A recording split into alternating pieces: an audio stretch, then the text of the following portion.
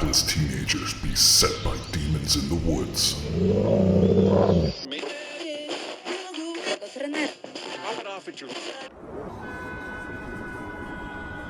A strange new drug that turns art into murder.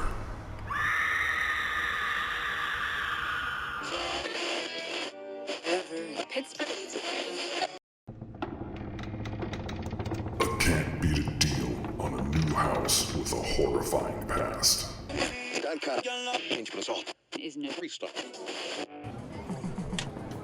A video game that might usher in the apocalypse.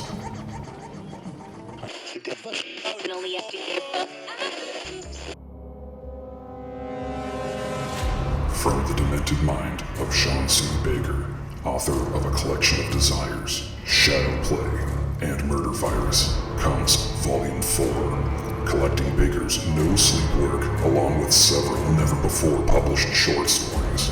This 99-cent volume also includes the opening chapter of the author's forthcoming teenage giallo novel, Black Gloves and Broken Hearts, due out later this year.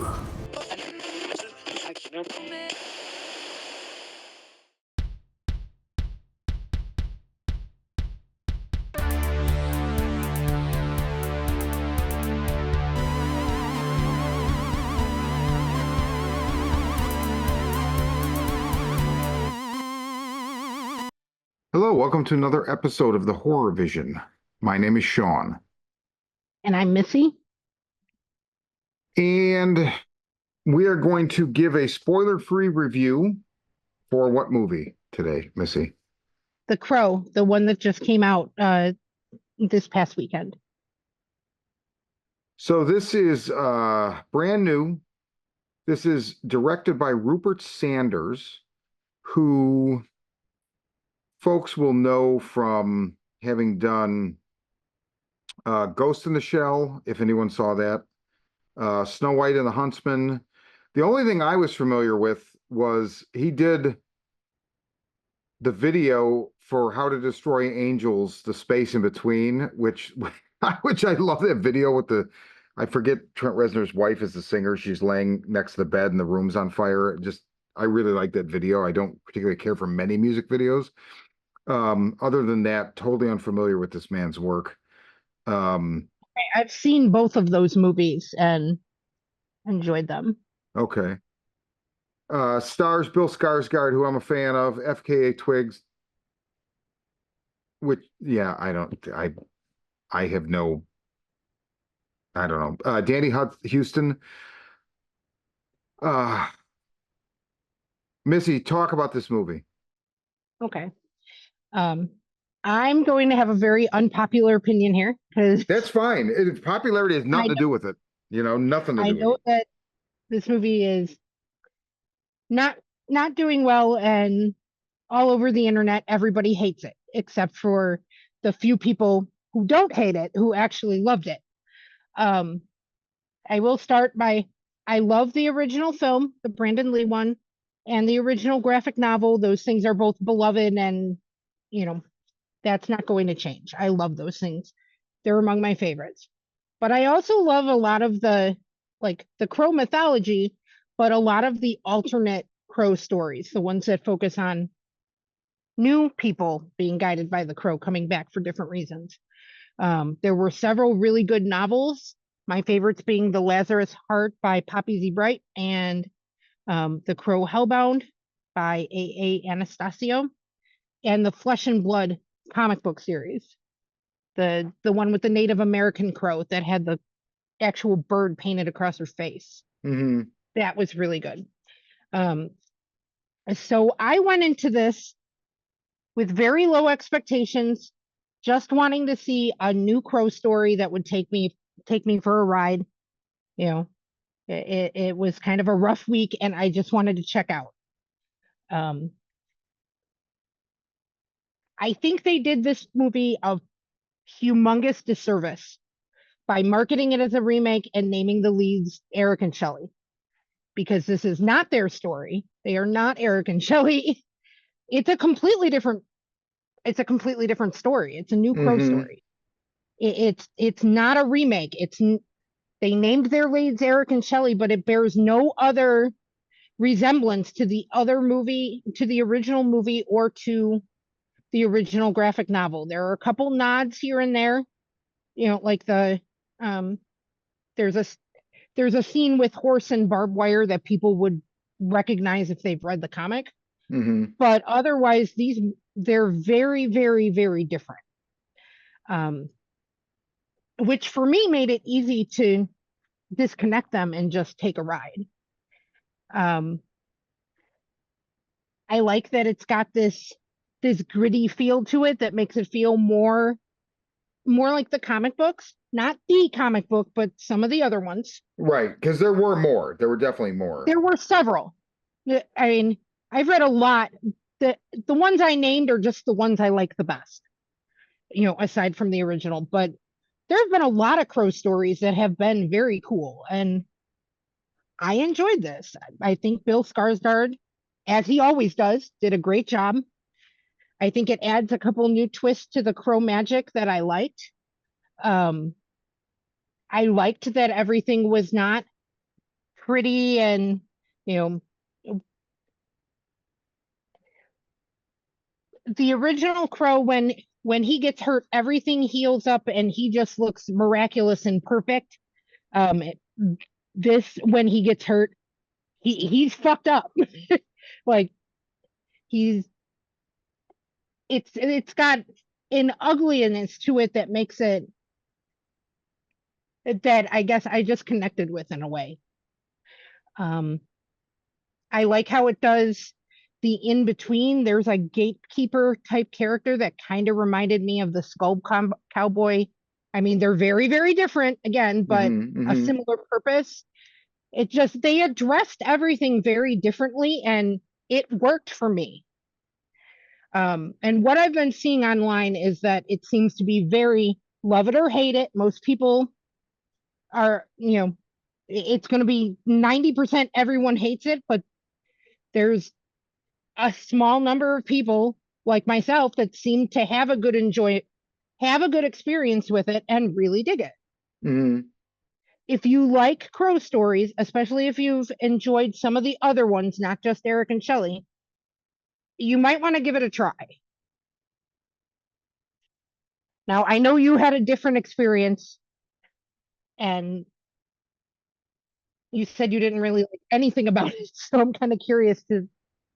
Based on your reaction, and you had told me, just please do me a favor. You said something like this. Do me a favor. Go into it and don't look at it as Eric and okay, Shelley. so my background, I mean, people have heard me say this before, I'm sure, but I hate the original movie. I mean, I can't, it's probably my most hated movie of all time.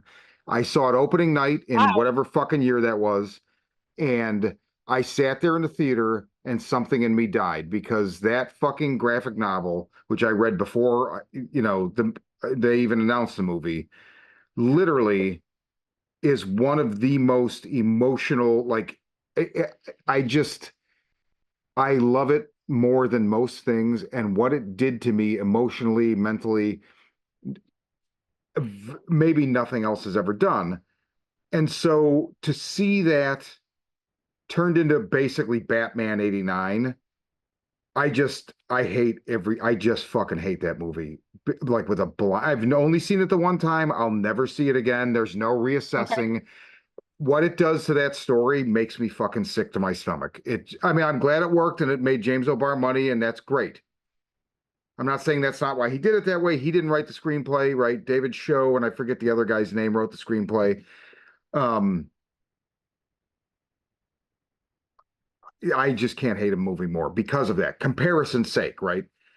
I knew you hated it. I didn't know it was like the movie that you hated the most out of all. I mean, it's not the worst movie I've ever seen, but to me, it's my most hated because of what it does. It literally just says, "Oh, this is stupid. We're gonna." It's how you feel about The Shining. That's what I was just about to say. It's exactly me in The Shining, and I get it, and I understand that. Everything the book does, the movie does not do, or it does in a way that is just so disingenuous and fucking overblown. It's whatever. But I did not I did not experience this as a Crow movie even. And that was really easy because there's nothing about it to me that even had anything to do with the Crow. Like other than the horse and the barbed wire for a couple seconds and the names, which were incidental. Um, I mean, just they did a great job of not making a Crow movie. So I'm not going to even refer to this movie as The Crow. I'm going to refer to it as Bullet Face. Just so people know when I'm talking about it, I'm not saying this because I'm comparing it based only on the merit of what I saw yesterday, as if there was no pre-existing franchise that was attached to whatever. It was the most vapid, soulless movie I have seen in I don't even know how long. Um, I thought the writing was laughable. I mean, just absolutely like why are they in a rehab facility? Like, and then, I mean, I don't want to go into specifics, but there's just so many Right. things where I'm like, oh, and now we're here, and I guess that was just because it was cool, and we don't really need to explain this because this looks cool. It's almost like reminds me of a really exaggerated case of, I mean, Rob Zombie. He gets too caught up in the stuff that he likes visually, and sometimes that really like it's like take it down a notch. Um, Hmm. this was like that where like yeah some of the stuff looked cool but it was all done in such a vapid why is it because it looks cool but it makes no fucking sense at all. Well, yeah, but it looks cool, so I mean that's why now they're going to go swimming with some friends. It's like what, why are we here right now because it looks cool? Like what the fuck is happening? I thought the performances were fucking awful. I thought the dialogue was awful, the writing, the story, all of it. And I got to say this, I've now, I, man, I don't like to call motherfuckers out, and I don't know if it's his fault, but Danny Houston, I think if you put Danny Houston as the main villain in your movie, you're basically telling people we don't care. Because he's just the same fucking villain in every goddamn fucking movie, and he brings nothing to the table other than being Danny Houston being a villain. Uh, I And even I hated this more than Lisa Frankenstein. And if anyone out there has heard our review of Lisa Frankenstein I and loved it. Lisa Frankenstein on Letterboxd, I gave it 1 star, and my only comment was at least it had a good soundtrack. All the music in this, some of it I didn't know before, but it was good. But some of it is music I fucking love. The Veils, Total Depravity, never saw it on a big screen before.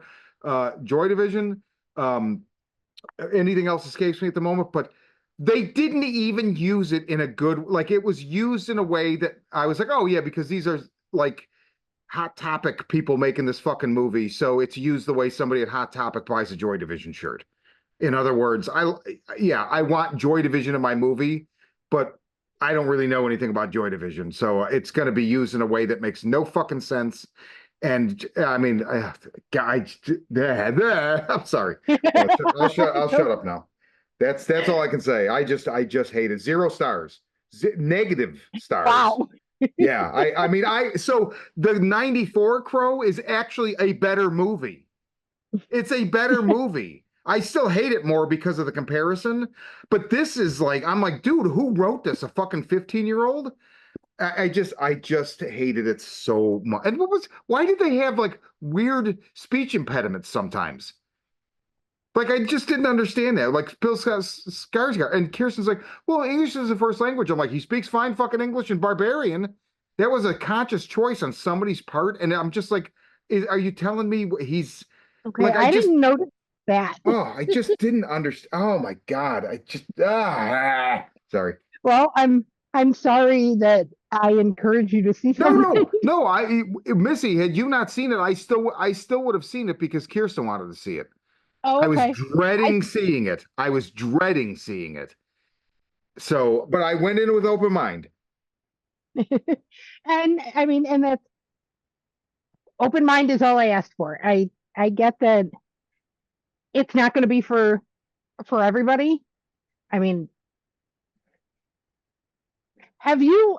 I'm curious. Have you read any of the other No, like because Crow stories? so after I read The Crow, the only other thing by O'Barr I read was there was this like weird like one shot from Kitchen Sink Press who originally did The Crow Right. called Pink Dust. Okay. I think I it know was that book. and so that's the only other thing I read. and I might have bought like maybe I feel like maybe I bought one or two issues of something subsequent, but the movie, as soon as the movie came out, I cut all. I just was like, I'll always Okay. have the book, but I'm afraid of anything that comes afterwards because now the Poppies Eat Bright I would be interested in reading because I love their prose. Yeah, that's a good book. The Flesh and Blood comic book series. It was like a, I don't know, like a 5 issue arc or something. Hmm. And they did a bunch of those. Yeah, and they did a bunch of those, but the Flesh and Blood one specifically, um, I think you dig. I knew you hated the original. I didn't realize that it was the movie, but I totally understand. I think I kind of wonder if some of that though is there's that 3 year gap again where I saw the movie first because I'm That's younger. 100% what it is.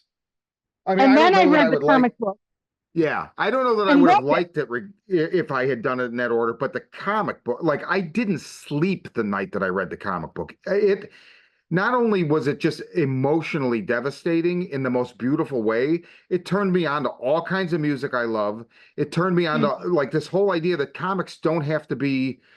I mean, certainly read other experimental or black and white explosion comics, but that one, there's like a mixture of poetry and song Mm, lyrics and like pages that are like not exactly part of the story, but kind of where it'll be an image and some writing. But right. it's such a weird kind of approach. And, Hmm. I always go back to when he fights, was it Top Dollar or whatever at the end? I forget, I Top think dollar. it's they're like on a rooftop with swords. And in the comic book, it's literally a panel of just you don't even see Eric. You just see him from like the waist down holding a hammer as he's walking towards where Top Dollar's Yeah. laying in an overturned car. That's the end. I'm like, I don't need anything else. So the sword fight, I was like, you fucking kidding me? It's Batman. They made it Batman 89, or they were going for that aesthetic. And I'm sure it's a great example of that kind of neo-Gothic 90s Yeah. industrial whatever. Yeah. When I Mm. first saw it, like that is one of those movies that left a forever mark on me. I loved that movie. I'd not had something resonate on that level, and I fell in love with it. And as somebody who, you know, like my own personal mythology believes in animal totems and whatnot. Like I loved the idea of the crow stories. So when new ones started coming out that weren't, that were just different people, I liked a lot of those too. Mhm. Um, so I was very open to trying this. I mean, again, it's not going to be for everybody. I don't think I don't think it's a bad movie. You've been thinking of it as Bullet. I've been thinking of it as The Crow, The Revenge Tour. Like Yeah, it does feel like a Crow movie to me. It just mm, it's not it's Eric a and Shelley. different right, and it's a very different frequency. Yeah. It has a grittiness level that I hadn't seen in the movies, but you get in some of the comics, I mean, and it's that definitely appeals to me. gritty. They did themselves a huge disservice marketing as a remake and calling American Shelley. Like I just Yeah. think I agree with you 100%. More people would be okay with it if it was Hmm. just and really I don't understand why they wouldn't even do that because it's like just you could then make it a franchise, you know what I mean? It's like which is what ultimately they would want to do with it anyway and Right. I don't I understand why it makes no why they sense. did that because the trailer is, I mean, right off the bat, it's very misleading because it's not that story at all. You're setting it up as a remake for a movie that's beloved by our generation and does not want a remake. Yeah. And especially Like, not one that does like takes those kind of it just takes a lot of and this one, see, like I just rewatched the original last night too because it's one of my favorite movies, anyways. The original has the original feels more like a a love story. It's got a softness to it yeah. that's very sweet. This one, the reason I've been thinking of it as The Crow, The Revenge Tour is because This one feels very angry and aggressive and gritty and kind of captures that whole whoever fights monsters has to be careful they don't become one. Mm-hmm. Like, I think it walks that line well. Um, I liked some of the stuff they did with the score. The stuff in the opera house I thought was fun. I mean, I'm not saying it's the greatest movie of all time, but I thought it was a good popcorn flick, No, that's fair. That's fair. I mean, and uh, I just think people should. I think right off the bat, everybody's going. It's a re. As soon as they see The Crow and that they're calling American Shelley, it's a remake, and I don't want it. yeah. And I think that it deserves better than that. I mean, Just I, a fair chance. I mean, everything deserves a fair chance, but I mean, I will, again, Bullet Face based on its own merits, unrelated to anything pre-existing. I mean, I thought it was so poorly made. Fair enough. I mean, the camera work was good. I'll give it that. I will, It was. but there's, you know, um, I don't know. The I Crow is also, interesting. I really liked the, I mean, I don't know FKA Twigs at all, but I liked the relationship between the two lead characters. I didn't think Like, there I was thought, one. see, I and mean, they people have knew said each other that, for and 5 fucking minutes, and that was another thing that bothered me was the writing was so shitty that at times they made it feel like because it was to the story's advantage that they had it was very new, and then there was some comment at some point where I'm like, wait a minute, are you suggesting that weeks or months have passed? Because I'm I'm not getting I thought that they at were in the all. facility for a little while. I felt like they I just felt like they were like we don't need to actually develop anything because it's just going to be visually and they went for this it all I'm always suspicious when I feel like it's a bunch of fucking middle-aged men trying to like drill down on what they think youth culture looks and sounds and acts like and that's how Mm. I felt about this and it was just like yeah no nobody that doesn't exist um I don't know. They just felt kind of real and awkward to me. And I liked, um, like, I'm not big on romance and love stories and whatnot, but I like when you see people like broken, awkward people and yeah how they interact and bond with each other. yeah And that, to me, that felt much more genuine. I don't know. It clicked with me. I, Yeah, no, I mean that's that's I would never contest I that was very whatsoever. pleasantly surprised. In fact, I set it up as a double feature with this first, expecting it to suck and to be disappointed, and then going straight into Strange Darlings and keeping my fingers crossed because I'd been trying to avoid all things about it and just had a feeling it was going to be the best movie of the year, and it fucking Hmm. was. But I mean, I had a good time with The Crow. I would watch it again. I would add it to my collection. I have. I mean, as far as the movies go, apparently everybody who hates this has never seen The Crow Wicked Prayer, and I'm not saying see it. It's the worst movie in the series. It's part four and it's fucking awful. Uh, I The, I know like a lot of the backlash about him looking like the Juggaloker. Actually, a friend of mine, Clint Finley, who I believe this is on sewermutant.com. He did a article about how actually the Juggaloker looks like a version of the Crow, and I was just looking for it on my phone a minute ago, and I can't find it, but basically he had put up images, from this older Crow comic. I don't remember which Mhm. one, and I know what he's talking about. it looks like they took that as the design for this character for sure. So I do Mhm. think that the Juggaloker I can't argument, remember exactly which one it was, but I read it. And yes, that was one of the things that, I mean, and I think that's why off the bat, like, I had a feeling that if I got lucky, it was going to be a totally different thing. And it didn't, and it didn't matter that they were calling them Eric and Shelley. It wasn't going to be that. It was going to be something else. Something to, and so I think if anybody's even remotely interested, I think if you just go in with that in mind, they might have the experience that you had. Now, while I would never, I mean, people should make up their own mind.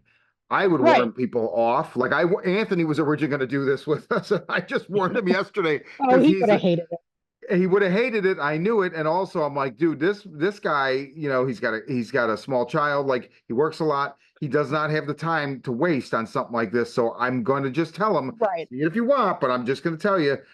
And when I told him, I said the '94 is a better movie. He's like, I'm not going, because he knew for me to say that. Like I still hate it more, Right. but I was like, it's at least a movie. And you know, again, well, I won't reiterate, but so anyway, so Right. I'm uh just saying, give it a fair shake. I get if you don't want to go see it in the theater, wait for streaming.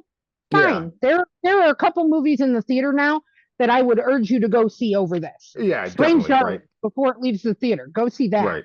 That's the movie. Or Oddity if it's anywhere still around you. Yeah. Yeah, but if you've if you like the mythology, if you've ever read any of those alternate novels, comic series, whatever, and dug one of them, check it out. Decide for yourself. And I I think had a that's an great time. Sean didn't like it. I mean, I think that's that a happens a good lot. place. That's a good place to leave it. Like just decide for yourself and check it out and let us know, you know, or don't. It doesn't matter. That's the Crow. And I'm Sean. And I'm Missy. And this is the Horror Vision.